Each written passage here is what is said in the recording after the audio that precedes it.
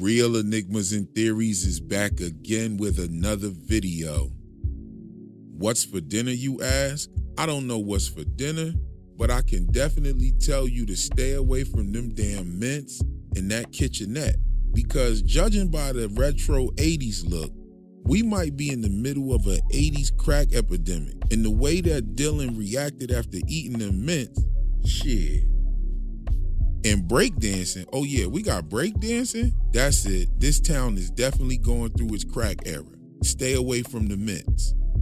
Oh yeah, in my last video, I made a joke about the stop motion in the first episode and how they made the character Felicia, who works in O&D with Bert, look like a crackhead from Moral Oral. But come to find out, the people that did that stop motion joint actually did Moral Oral. Those are the same people. Shout out to Starburns Industries. They are real dope. They brought you Moral Oral and a bunch of other stuff that I know you didn't know they made. So I was spot on with that joke. But this evening, I want to dive into some more hidden meanings and clues that I noticed in the show. And we're going to start off with that dope stop motion animation and let it take us right into other aspects of the show. But before we do that, go ahead and tap that screen a few times and let's get these likes up to at least 500 for the first few hours to poke that algorithm. Do all of that other dope YouTube stuff and get ready to hop down in the comments for the discussion. Spoilers on the way if you're not caught up to episode 201. So without further ado, let's cook. Now, right away, I'd like to point out that the Lumon is Listening is about the MDR Uprising, but they also make sure to drive the point about Lumon's history and the connection between the uprising itself. Keep that in mind. The building itself isn't saying much about Kier. It's more about the building that you're sitting in and where it all started.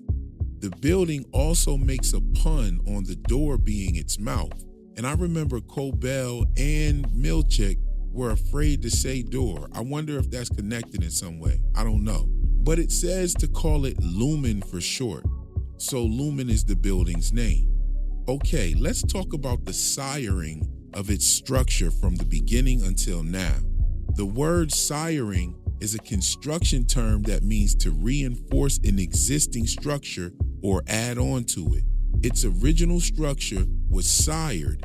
Irv says that the house in the Perpetuity Wing is a replica and refers to this place as, quote, the living soul of Lumon. Irv said it's a replica, but it could be the actual original structure. I mean, the building did say siring, and that's what the term means. The building goes on to explain that it's the premier location of the 200 plus around the world. Premier means the first in importance, order, or position. So that would make it most likely the actual home of Kier, with this entire structure around it, and the pond was also reconstructed to fit the original landscape of the property. We see the pond in front of the door in all the historical photos as well. How else could you expand this building and the pond stay put where it's at? So they had to reconstruct that as well. We also see the goat drinking from the pond, which points me to some sort of significance along with the water tower. At some point, the house was moved into the basement levels of the building. And so that begs the question, how far down does Lumon go into the ground? We know that the testing floor is below the severed floor, which is supposed to be the basement. We know that at least 2 of the severed workers have some sort of knowledge of the testing floor. Irv's Audi is painting pictures of it, and Petey knows about a part where the workers never leave, which we know at least one, Miss Casey. The building says that its name is Lumon, and the title of the video is Lumon is Listening. But it's also watching, because they knew that Mark and Helly were the ones in the security room before the actual overtime contingency took place. Funny thing is, if Lumon knew, why weren't Milchek and Cobell made aware of the Ennies plot? Could the cameras have been hacked? And does this have anything to do with Milchek's welcome screen? We do know that the computer can access various hidden cameras that are on the severed floor, at least. We've seen Cobell watching them in various rooms right from her monitor. Just like Milchek knew Irv was asleep at his computer and gets there just when he wakes up to send him to wellness where he meets Bert G for the first time. So who's dragging their feet on fixing something that you would think would be such an easy fix? I mean, it's just the welcome screen. Just remove the letters Miss Cobell and type in Milchek, right? Another possibility is that someone else is conducting their own experiment with the severed employees and not telling Cobell or Milchek. Surely, Heli's status or Helena's status alone would make her time on the severed floor closely monitored, and Cobell was obviously being monitored as well. And we can see that Milchek did not have the same type of loyalty towards Cobell as Grainer did, because he's who snitched on her when she didn't tell the board what happened with Heli. But let's examine the chance of an outside entity hacking the computer. What if someone with Ragabi is making things happen on the severed floor or has access to the cameras? She gave Mark Grainer's key card and said that his any would get it and know what to do. And that's what set off this entire chain of events. No key card, none of this shit happens.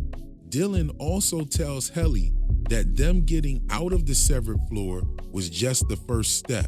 So how would he know that? And how or why would he even think there would be a second step if this works? Maybe Dylan knows something that we don't, I don't know. But Milchek states that Dylan's Audi found out about the MDR uprising after the fact on the outside.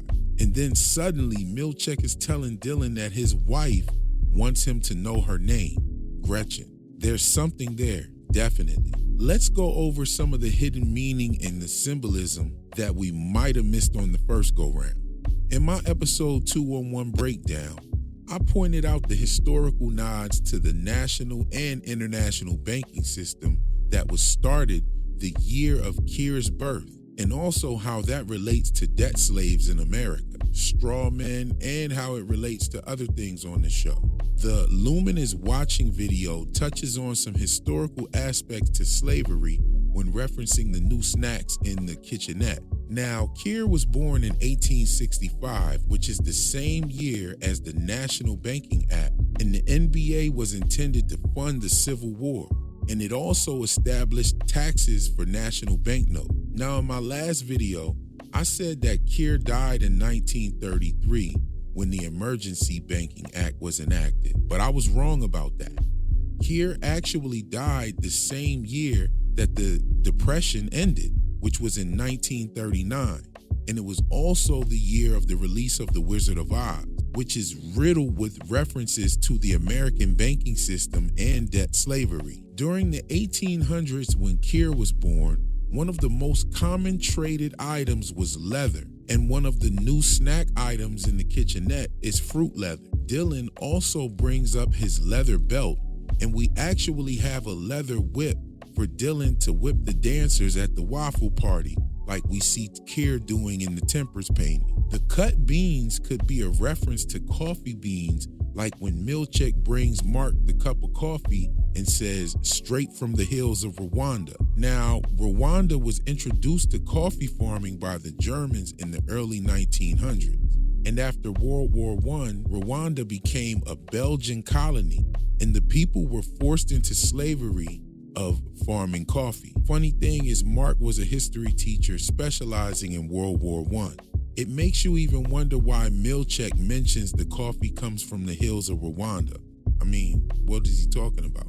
Now, the salsa could be a reference to the music in which slavery was an important ingredient due to the mixture of the Taino, Spanish settlers, and African slaves being the sauce in the salsa, if you will. Lastly, the fact that Lumon started off as a topical salve company makes me wonder what that would have looked like back then. The topical salve industry was closely associated with those traveling snake oil salesmen with the cure-all tonics and creams. And they used to ride in those stage coaches, closely intertwined to like those traveling fortune tellers, like Professor Marvel from The Wizard of Oz, who ended up being the wizard in her fever dream. Kier had to be one of those slick-talking, charismatic guys who could sell water to a well. Because, I mean, how much salve do you have to sell to turn this into this? We also have the bobbing for pineapple. You know, during the 19th century, pineapples were rare and expensive in the United States, and they were often imported from Caribbean islands. Serving a pineapple at a social gathering was a display of wealth and sophistication, symbolizing hospitality and generosity. In 1853, Robert Barnwell, a plantation owner in St. Helena Island, wrote his mother in Charleston requesting a pineapple to serve at an upcoming dinner party. This seemingly simple request highlights the complexity interplay between luxury, hospitality, and the institution of slavery in the antebellum South. And to have these debt slaves or severed people bobbing for pineapples with their hands tied behind their back is crazy. I mean, I could continue on the hidden messages that was dropped in the Lumon is Listening video, but we'll save some of that for later.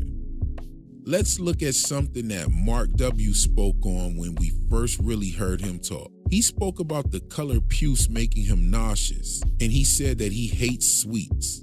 This, I believe, is a reference to Marie Antoinette, the Queen of France, who many believe to have said the phrase, "let them eat cake." The color puce became popular, and it gets its name from fleas. Fleas would bite people, leaving a reddish-purple color behind, and which became known as the color puce.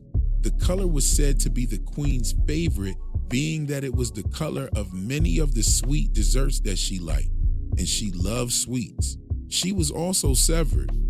I mean, she was literally severed by guillotine in 1793 at the age of 37. So I do believe that him saying puce and him not liking sweets and her being severed is directly connected, and it's just like a hidden message. So that was the end of the hidden meaning portion of the video.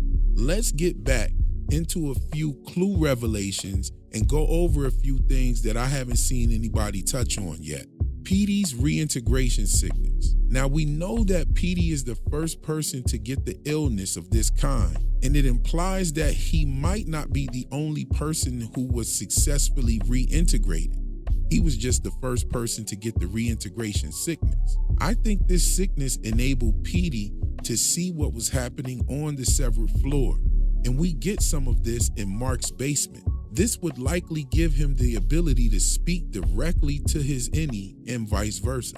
If we take a look at the intro reel, Mark's outie is mirroring what the innie versions of himself are doing in the intro. This outie version also has a key card and is sitting at the desk working when we see him inside of Mark's head. We also see the innie version observing what's happening in the mix between them when the outie version is walking, mirroring the innie duplicates. In the intro, we can also see Mark transitioning between the innie and the outie experience. And when he does this, he's fully aware of the change.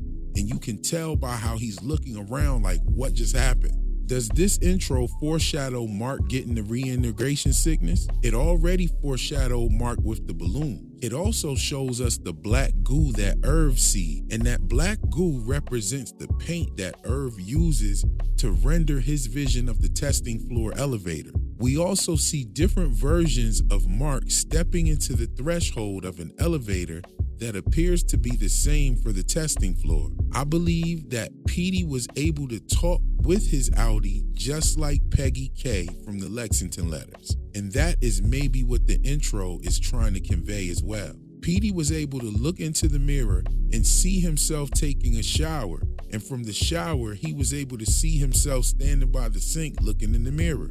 Petey made maps of the severed floor in both the innie and outie worlds. And Petey's outie was probably able to view the map via his reintegration sickness.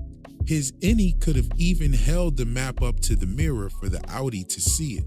And switching between worlds like this takes a physical toll on the body, and we can see this in Mark's basement when Petey's nose starts to bleed and he starts breathing real heavy. puts you right in the mind where Dylan points out that Petey could be out sick because he was breathing heavy the day before. This would indicate that Petey was having reintegration episodes on the severed floor, which mirrors him having them in Mark's basement, because the severed floor is on the basement, right? We also see Cobell in Mark's basement, and she steals Gemma's candle and takes it to the severed floor, also mirroring this object in both places. Just like we see the moving boxes in the wellness room full of Gemma's stuff or Miss Casey's stuff, right there where we seen Cobell put the candle. The moving boxes of Miss Casey's on the severed floor mirror the boxes of Gemma's in Mark's basement. Speaking of Cobell prowling through Mark's basement, I think that the article in the newspaper about the Bear Creek Bandit was a part of a smear campaign against Cobell. She's who we see stealing from a house in that neighborhood, and Lumon knew this, and they knew that Petey was at Mark's house. There's no chance that the housing is subsidized by Lumon and it's not bugged with cameras and all of that stuff. No chance at all. Now, here's some honorable mentions. The students at those Lumon schools are taught various specialties in order to be cut out for the work in the field for the company of Lumon.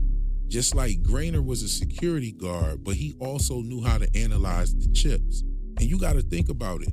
Cobell is running the severed floor and everything, but she actually knew how to go out there, get in the field, and retrieve that chip from a dead man's hand.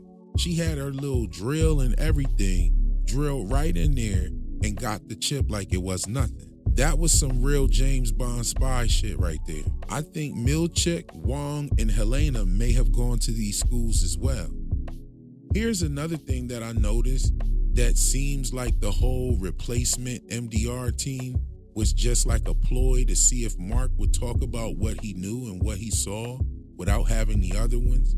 It's because they would bring him in an hour after the MDR replacement.